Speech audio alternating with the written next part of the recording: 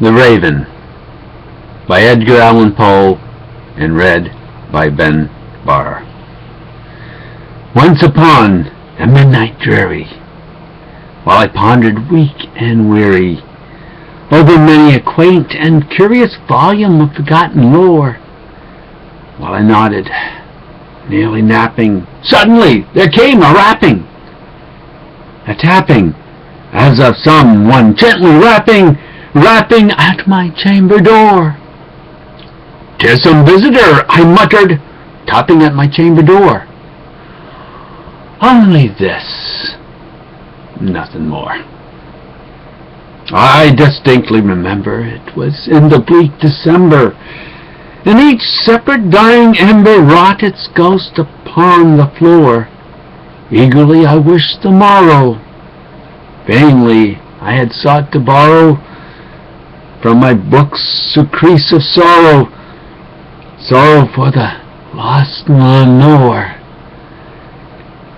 for the rare and radiant maiden whom the angels name Lenore. Nameless here forevermore. And the silken and uncertain rustling of each purple curtain filled me with fantastic terrors never felt before, so that now, to still the beating of my heart, I stood, repeating, "'Tis some visitor entreating entrance at my chamber door. Some late visitor entreating entrance at my chamber door. That it is, and nothing more." Presently my soul grew stronger, hesitating then no longer. "Sir," said I, "or madam, truly your forgiveness I implore, but the fact is I was napping, and so gently you came rapping, and so faintly you came tapping at my chamber door, that I scarce was sure I heard you. Here I opened the door wide open.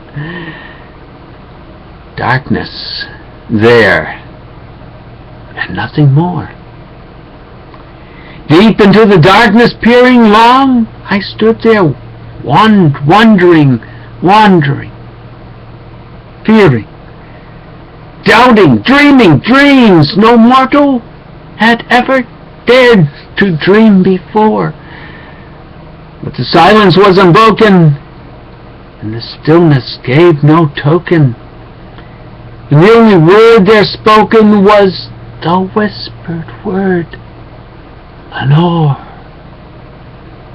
This I whispered, and an echo murmured back the word, "Lenore." Merely this, and nothing more. Back into my chamber, turning all my soul within me burning. Soon again I heard a tapping, somewhat louder than before. "Oh, surely," said I, "surely that is something at my window lattice. Let me see then what thereat is, and this mystery explore. Let my heart be still a moment, and this mystery explore. Well, 'tis the wind and nothing more." Open here I flung the shutter, when with many a flirt and flutter in there stepped a stately raven of the saintly days of yore. Not the least obeisance made he, not a minute stopped or stayed he, but with mien of lord or lady perched above my chamber door, perched upon a bust of Pallas just above my chamber door, perched and sat, and nothing more. Then this even bird, beguiling all my fancy, into smiling. By the grave and stern decorum of the countenance it wore, though thy crest be shorn and shaven, thou, I said, art sure no craven. Ghastly grim and ancient raven, wandering from the nightly shore, tell me what thou lordly name is on the night's plutonium shore. Quoth the raven, nevermore.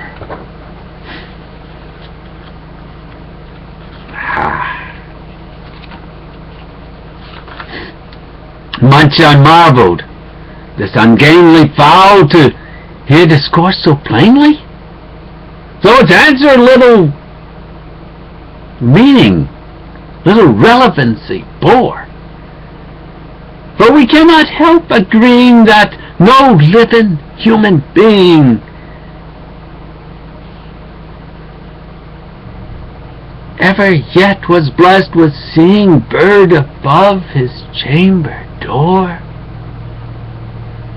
Bird or beast upon the sculptured bust above his chamber door. Ha! With such a name as nevermore.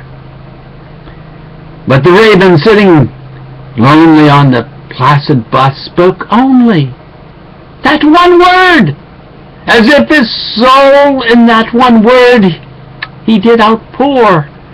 Nothing further than he uttered, not a feather then he fluttered, till I scarcely more than muttered, other friends have flown before, on the morrow he will leave me as my hopes have flown before. And the bird said, nevermore.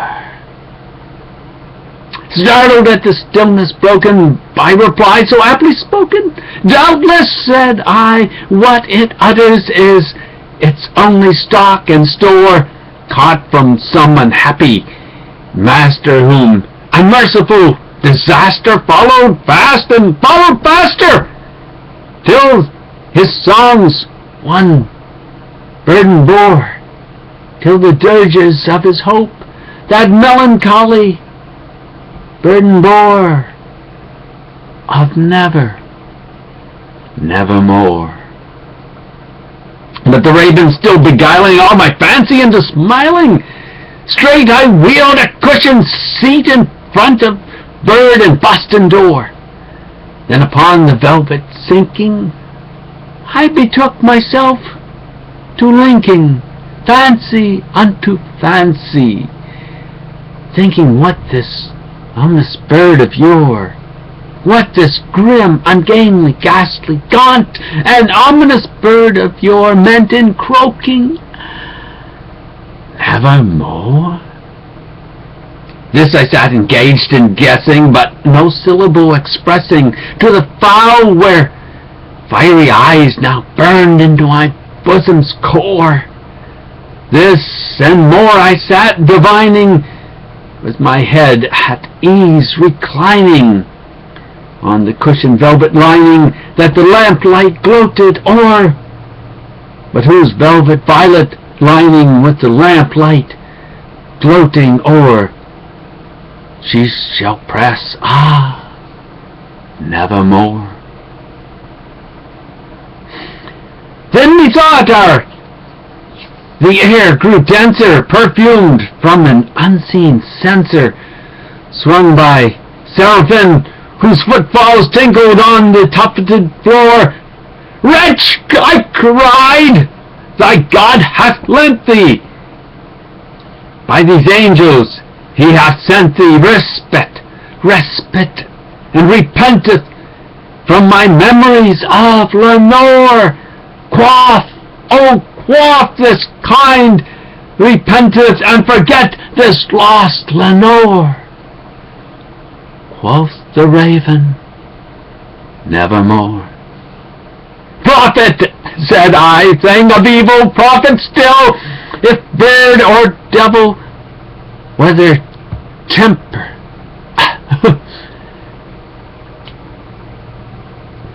whether temper sent, or whether tempest tossed, the hero shore, desolate yet still undaunted, on this desert land enchanted, on this home by horror hunted. Tell me truly, I implore, is there balm in Gilead? Tell me, I implore. Quoth the raven, nevermore. Prophet, said I, O thing of evil, prophet still, if bird or devil, by thy heaven that bends above us, by that God we both adore, tell this soul with sorrow laden, if within the distant Aidenn it shall clasp a sainted maiden, whom the angels name Lenore. Clasp a rare and radiant maiden, whom the angels name Lenore.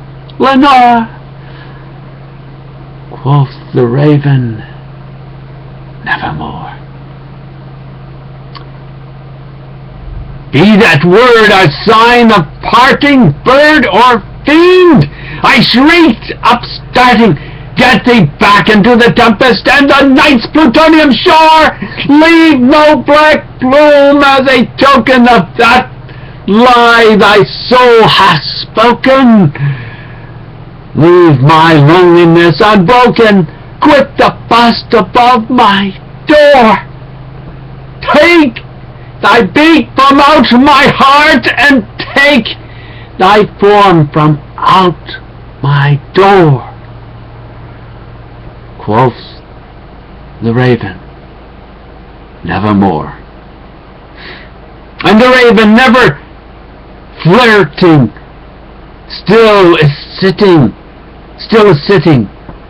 on the pallid bust of Pallas, just above my chamber door, and his eyes have all the seeming of a demon that is dreaming, and the lamplight o'er him streaming throws a shadow on the floor, and my soul from out that shadow that lies floating on the floor